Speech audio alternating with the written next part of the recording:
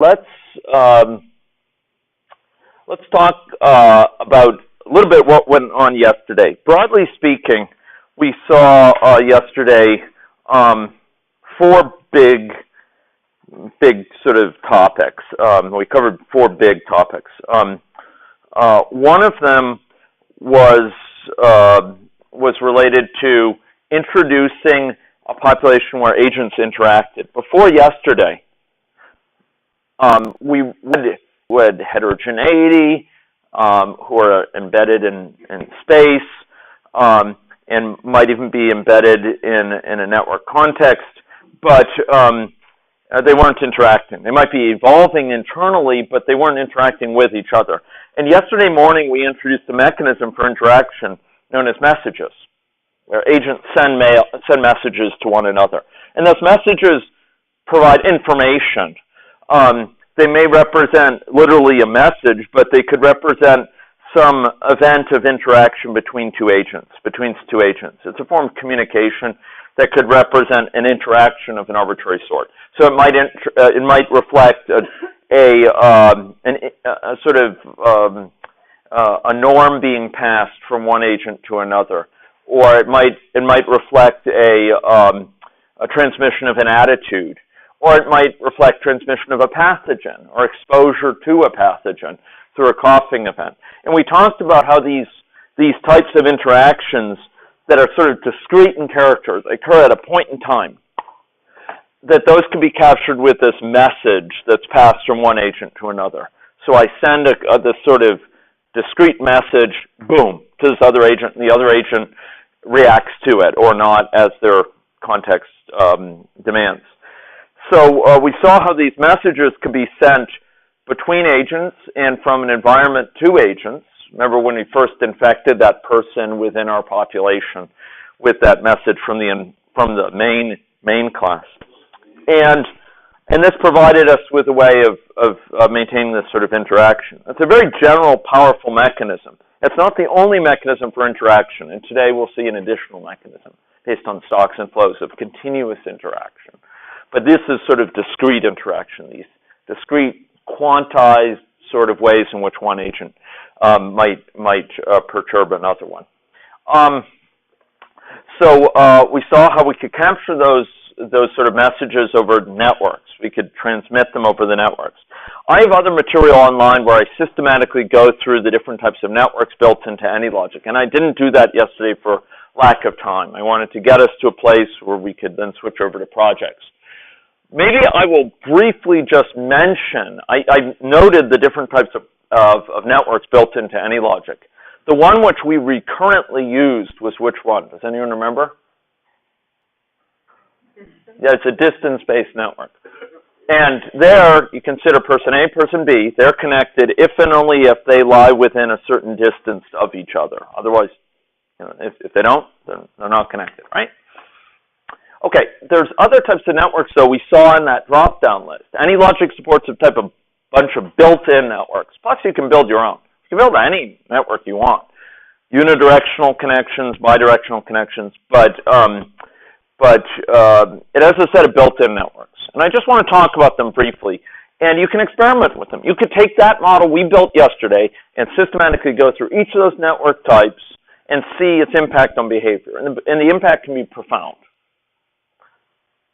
The impact in terms of the number of connections a given person has, that histogram, that distribution associated with the number of connections a given person has, that will vary dramatically by network type. I don't have time to go into that, but let's talk about the types of networks. Maybe, I don't like doing this purely on the board. I actually would like to do it in front of you, if only because this might allow some of you a chance to follow along.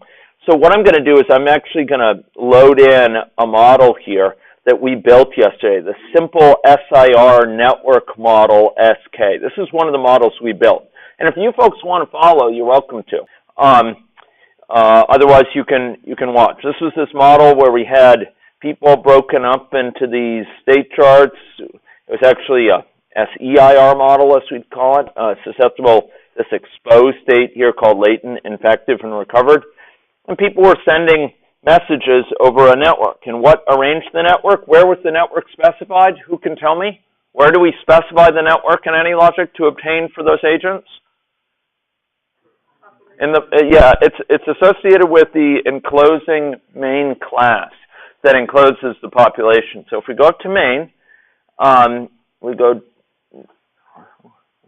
in New England we'd say go down main.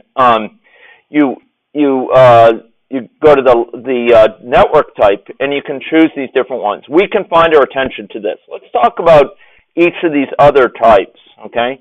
They have profound impacts on the model. Let's just run it with the one that we have here. So I'm running it, and remember we imposed this sort of, we have this histogram that resulted from this as to how many contacts people had. I'm going to switch it for different types of these networks, and you'll see differences in terms of that. You would also see differences, although I won't go into it in detail, in terms of how the infection propagates. The first I'm going to say is a random network. Now this network is also called a Poisson network. It's called a Erdos random network. It's called a Bernoulli network. It goes by different names. They call it a random network here. The idea here is that that any two people in the network are equally likely to be connected. They're likely to be connected with a certain probability p, regardless of any two of which pair of people they are. So suppose we have myself and Kurt, and we were to consider our connections to other people. We're not particularly likely to have friends in common because our choice of other people to whom we're connected is totally independent of the choices of the other, or the networks of the other. So here there's very little locality in this network. In the real world, we tend to have situations where if A knows B, then they're likely to have a lot of common connections, other connections in common. They're likely to know C, to both know C. Whereas in a random network, any two people at the same probability of being connected, there's no sense of locality. There's no sense of similarity between two people that are already connected. They're connected at random through the network. And what we specify here is a certain number of connections per agent on average. So, for example, we could say people have an average of say, 10 connections per agent. And if you were to run this, what you would find here is there's a wiring up of people in a fairly random fashion. Some people have more connections, some have fewer. You see a different shape than we saw earlier. It was much more skewed earlier by a distance-based network. There was much more locality captured. You were very unlikely to have lots of connections, but you could have fewer. Here, there's sort of more this, almost a bell shape to it, and the distribution is different. And you would find, if we were to run through it, that the spread of infection is significantly affected by that. With a random network, the infection diffuses across the network much more quickly. And yet we have other types as well that I'll briefly talk about. By contrast with this would be a ring lattice network. Like a distance-based network, this exhibits great locality and connections. And to exhibit this, I'm going to switch the layout to be a ring. I'm going to arrange people visibly in a ring. And what you'd see, if you had a ring layout and a ring lattice specification, and each person was connected, say, with 10 people, what you would see is that there's purely local connections. People are connected to 10 people total, 5 on the left, 5 on the right of them, and the infection only travels locally around the network because of that. By contrast, if we were to use that same layout, but we were to impose a random network, so we're going to keep a ring layout, but we were to impose a random network, we could run it here, and what we would see is there's all these connections across the network. It doesn't care about locality at all. The ring lattice is totally local. You're connected with people next to you. Where you're at determines entirely who your connections are with, and they're all folks nearby you. Here, there's no notion of locality. You're just as likely to be connected with someone across the network as locally. So here we have a random network. Now, typically for random networks, when we have them, we're going to have a number of connections per agent that will be established across the entire network that are regardless of where we're located, they're connected with people distant or local. It's pretty much the same thing.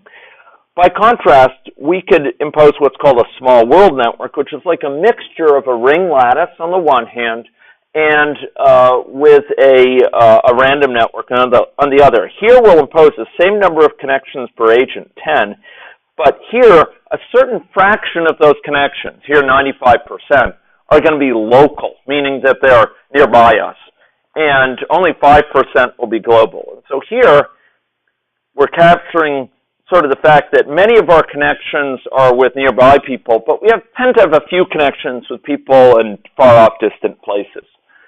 And it turns out one of the real insights from this, first studied by Duncan Watts and Steve Strogatz, I think, was the fact that a few of these connections, just a few of these global connections going across the network, rather than local, but across the network, can make a huge difference because the infection here can jump across the network. Attitudes can be transmitted to a distant place. So this makes a huge impact on the dynamics of the network. Compared to a ring lattice where it has to spread out link by link by link by link each way, here it can leap across. It's like those sparks that will come up from a prairie fire, go off, waft in the wind for some distance and land and start a new fire nearby. It allows the fire to spread much more quickly. So this is a ring layout with a small world network. So ring layout just lays them out in a nice ring. And imposing a small world network is what allows it to be to have this kind of mixture of a local network, so this is 95% a local network, a ring lattice, and 5% a random network where there's no respecting locality. Finally, we can impose what's called a scale-free network, and this network is associated with great varieties, and let me make this a little bit more intelligible by tweaking the connection, the number here to make it a smaller number of average connections per person. Here we have most people having few connections, but some people having a very, very large number of connections, and even that is a little bit overwhelming visually. So here we have profound diversity in the number of connections. We have a long tail. It observes the power law, the sort of number of connections people have. No matter how many connections you have, the relative likelihood of having that number of connections versus twice that number of connections is always the same ratio. So if you have 2 connections, you consider the probability of having 4, someone else having 4. The ratio of number of people with 2 versus 4 connections is the same as the number of people with 20 versus 40. Okay? So here we have a network where most people have very few connections in this network, but some people have a massive number of connections, like 60. They're hubs. Dylan. Super spread. Yeah.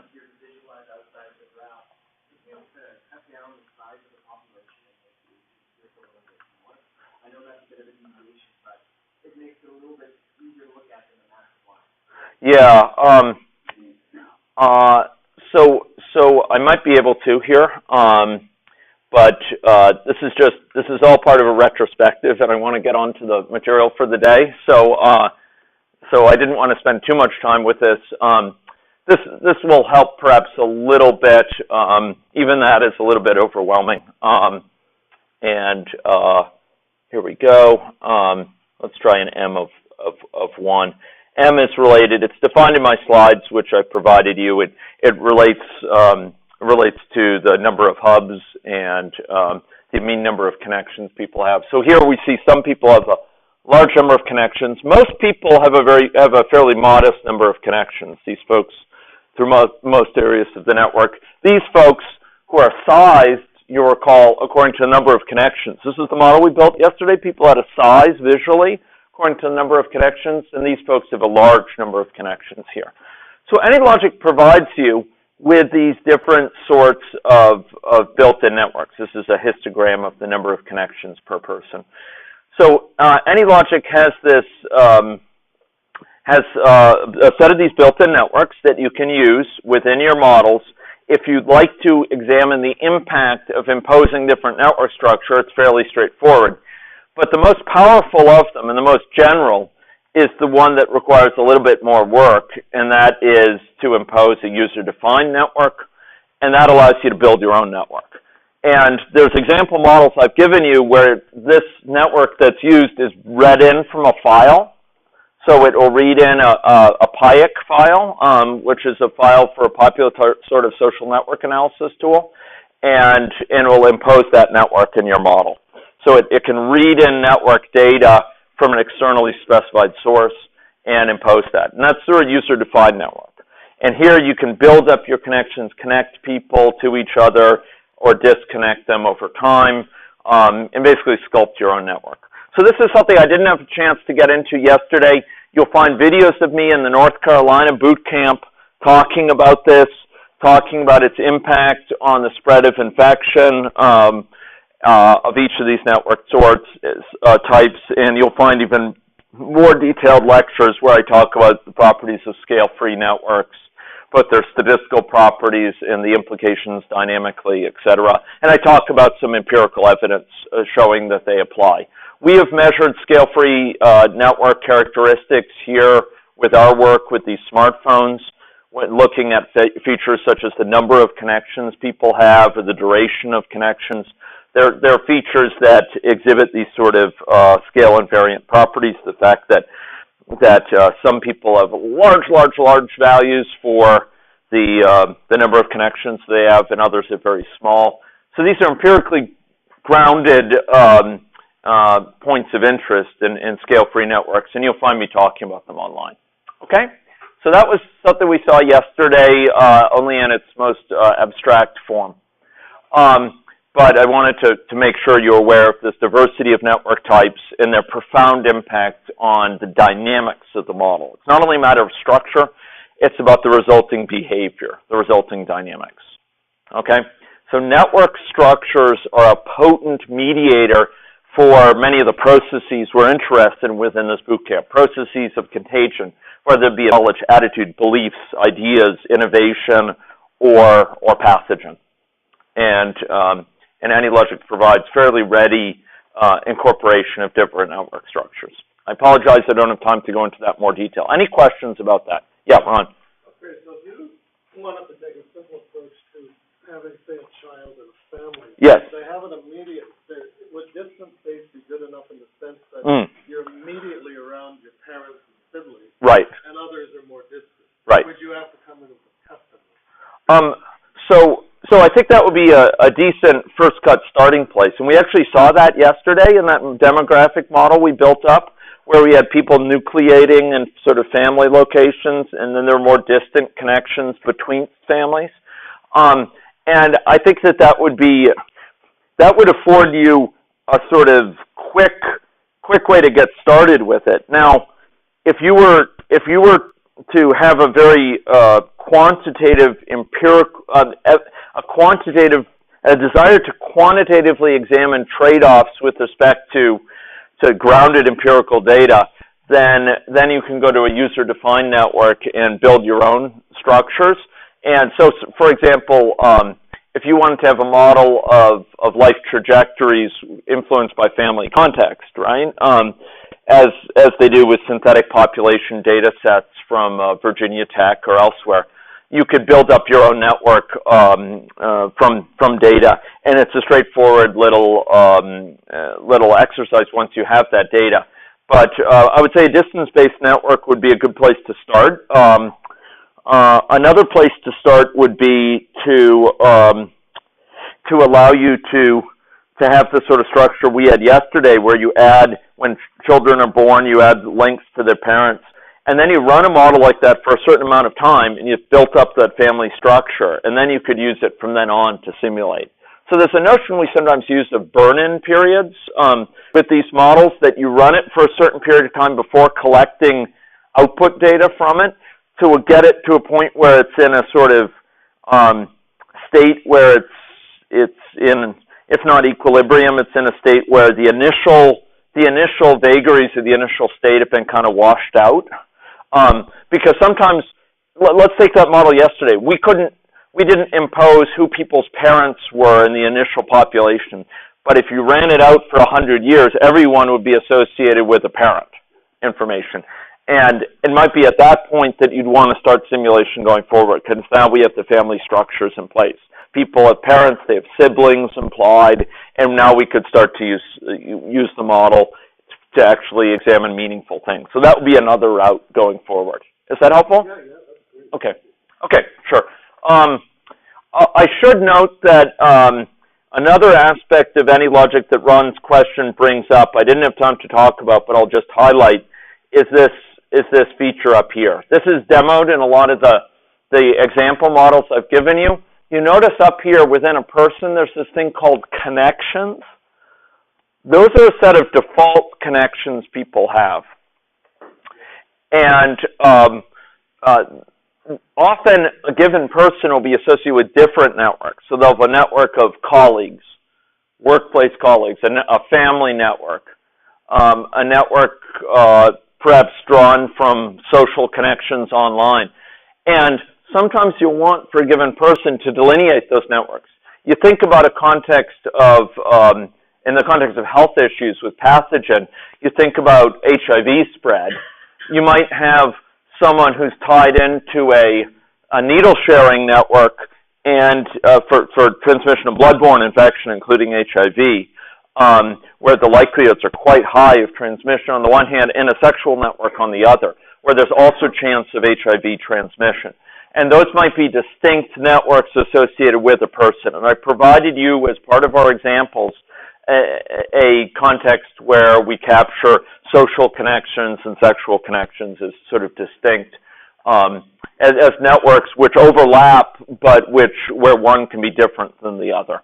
And so you can go add in additional networks to your model here through this palette. And those are network types which you could then adopt for a given individual. Okay, so that came out of Ron's thing. So you could have a family network here, and there'd be a network of family which would link up to parents. It'll be another way than we did yesterday of linking to mother. You could have her as part of your network here. Okay? Yes, Robin. On the North Carolina videos, you talk a little bit more about how to choose the right kind of network for your given. I talk more about their features. Broadly speaking, if you want to know about network selection, there's a real expert here in the room or in the foyer, Winchell, the TA Winchell. Thanks. He spent a huge amount of time looking at empirical data and matching network structures to that empirical data. So Winchell's in the back here by the door there. So we have large amounts of empirical data we've collected, and broadly speaking, there's going to be features of certain measures from real-world data, things like the so-called degree centrality. How many, if you were to look at a histogram of the number of people with whom a given person is connected within the network, if you were to plot that out, this person has 5 connections, this person has 10 connections, this person has 2. If you were to plot that out in a histogram, there's features of that histogram that might recommend one type of network over another. But there's also other types of measures, like of locality, for example. And Winchell has done some quite sophisticated work matching up features of empirical data with network type, and so he'd be a good person to speak to about that. Broadly speaking, I would say, if I were to be really straightforward about it, I would say that of the built-in networks in any logic, Some of them are more likely to be empirically meaningful than others. Some are more thought constructs that it's useful to think about as extremes. It's useful to experiment with because they represent kind of extreme cases, but they're unlikely to represent real-world phenomena. The two that I would highlight as representing real-world phenomena, on the one hand, small world network, but most importantly, scale-free network. Those two have been noted empirically, and if you were to look at real-world data, there'd be features of that data that would recommend one versus the other of those two. Small world because it captures the fact that we have a lot of local connections. We know a lot of people in our surrounding area, and we have some distant connections. You folks have some distant connections in this place called Saskatoon, and you know that's a feature of the human situation, as well as non-human situations. But scale-free network has been noted in many contexts, not just social contexts, but also structures from natural processes, as well as man-made sort of structures like the structure of the internet and so on. So those two would particular, small world and scale-free, are of particular interest. Yes, Ron? So, if, for example, you were thinking in terms of intervention, say, children at risk. Right. And if you look at a scale-free network, right, they're going to have contact, perhaps with a very beneficial outside organization. Right. Which may affect them. Would that come through that type of network? Yes. So scale-free networks are of particular interest for capturing the fact that. So if we were to deal with their interest goes furthest back in infectious disease area, where there was the recognition that someone with a large number of connections is simultaneously more likely to get infected than other people, because they have a large number of exposures, and they're more likely to pass on the infection once infected. So they're disproportionately vulnerable and influential in shaping the spread of infection. And so it is with ideas, though, as well. So it is with norms, attitudes, beliefs. And so if we were to think about interventions aimed at vulnerable kids, think about it in terms of network structure, might allow you to spot actors who represent high leverage points within the system, in the sense that they had large number of connections. They serve as kind of magnets for sort of for picking up attitudinal issues or changes in norms or values, and in communicating those. And so sometimes we focus our interventions on those actors because they're the kind of the tail that wags the dog. They're the small group that has hugely disproportionate impact on the health of others in the population. And we see this in a big way in infectious diseases. I mean, there's quite a few infectious diseases, for example, syphilis, which tend to live in network hubs. They can't actually, given the nature of the healthcare system, in some contexts, they can't survive in the broader population. There's too few contacts. People are treated too quickly. It's just going to die out. It would die out. But in the context of network hubs, that's where it can live because there's enough connections going on that it can persist itself. A given infective can infect enough people that the bug will persist. They could infect more than one person, so that by the time they recover, there's a greater number than when they were around, or at least at an endemic level, at least infect one other person by the time they recover to survive. So in those contexts, whether it's ideas or pathogens, those organizations or individuals with large number of connections can be very influential. And partly because of this, with some health interventions, a lot of the attention is motivated by forming networks and shaping networks so that actually you're connecting up people with each other, not merely trying to influence the existing networks that are in place. And often those individuals with large number of connections are of particular interest. But they're not the only ones of interest, Ron. For example, often you're interested in those with high what are called betweenness centrality.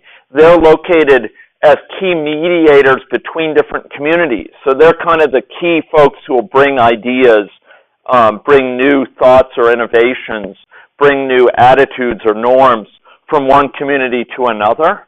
And so if you're thinking about promoting healthy eating, or you're thinking about promoting physical activity, some of those folks who stand as between communities, who apply betweenness centrality, a large fraction of the shortest paths between people in the network as a whole pass through them.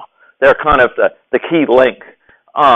Those people are often of keen interest as well. They will serve as kind of the honeybees, bringing the ideas from one area to the other for what would otherwise be solitudes of communities. So often those are of interest, and we can capture those things in our models. One of the advantages of the fact that AnyLogic is so well tied in with the Java ecosystem is that you can use libraries available publicly to compute things like the betweenness centrality of people in your model, and use it to try to shape, for example, possible intervention designs, etc. So understanding something about network structure and how we can spot people of particularly keen interest is often of great value when it comes to networks, and we can simulate those sort of interventions in the AnyLogic context.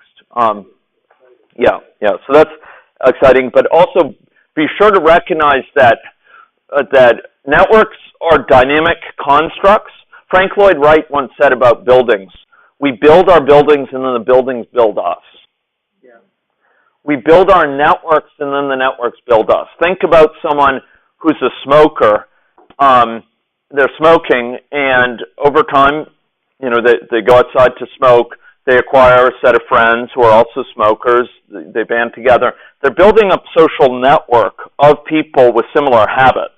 But those habits of those people, their attitudes, their norms, then will influence that person embedded in that network and may affect materially their chance of being able to quit. Because often, on the quitting front, there's this very real tension that it's as much a matter of a social change as it is, a matter of dealing with physiological cravings. So we build our networks and our networks build us. We choose our connections. Some connections are things that we have from birth, right? Connections and family. But a lot of our connections are elective or chosen or affiliative. We tend to associate with people who exhibit certain characteristics or at least tolerate our certain unusual characteristics. And then those people shape us in terms of imitative behavior, in terms of norms, etc. And so one of the powerful things you can do with dynamic modeling software like this, as compared with classic static social analysis, is to actually simulate the building up and the changeover of networks. And I provided you with a model which does that, where there's affiliative connections. People are more likely to have a connection with someone of similar ethnicity or similar income, and those connections change over time as their circumstances change. And those connections, in general, can influence them. So we can simulate that in AnyLogic. We saw it yesterday where we connected one person to another manually, and we can capture those sort of phenomena in these sort of models. Is that helpful? Yeah, okay. And when it comes to interventions, some of the most potent interventions may be those that shape the network, certainly those that take advantage of it. Okay, well, that, ladies and gentlemen, was a long-winded sort of retrospective. We didn't even get to the second big part, which was open populations. So we talked about open populations. We had populations of people coming into a model, people disappearing from a model due to processes such as death. We had immigrants, we had births, we saw how we could capture family structure, we saw how we could capture continuous aging, we saw how we could give people unique IDs, we saw that we could bring people into a population over time and link them in with networks, and that afforded us a chance to examine some of the core vital processes that affect populations, be it human or animal. Okay, so that was another whole area we looked at yesterday. We then finished up with some project work, and those who are in the Java tutorials got to learn about how to make sense of those little formulas we're putting into our model called expressions, where any logic is looking for a value, and we want to give it a value, and how to sort of reason those things through. Okay, any questions on the material yesterday before we go into entirely new material? Okay. Yes, Dylan. I have one related question to that connection stuff that we were talking about a little while ago. Suppose you have another network of connections, or you have multiple networks of connections. Right. The main one is very simple to say the ring lattice or right. network. Right. Can similar things be done for the other networks as well, for an automatic shortcut, or do you have to always manually also use the secondary network? That's a great question. So if a given person has several other networks specified, several other types of links, to the best of my knowledge, those have to be populated, as we'd say, programmatically. Those have to be populated by actually saying, okay, connect this person to that person. Like we did yesterday, we connected the baby to the mom, right? That'll be an example of it. I don't think that those other connections, to the best of my knowledge, those can't be wired up automatically with those types. This connections here is privileged in the sense that it's kind of the default one, the one that can be automagically wired. So there are methods and functions that are privileged, that give sort of privileged control over the main connections, but not everything else. It's really that fact of the UI. You could choose the network type, and that's modifying this set of connections rather than, say, the family connections you might impose or needle sharing connections. So it's really the fact that that UI choice, that user interface choice of, say, a random network or a scale-free network, that modifies this. It doesn't modify the others. It would be nice if you could say, apply this to family network, and for needle sharing network, apply this other type. And maybe someone could take that down. One of the TAs could take that down as a request here. Take it down in the AnyLogic bugs area. It's not a bug, but it's a feature request. Okay? Yeah, that'll be great. Good question. I'm not aware of that. It troubles me a little bit. As a software engineer, I'd like to see it more general than that. Yeah, good question. Okay, any other questions? Okay, these are great. I love having questions because it helps make sure that my comments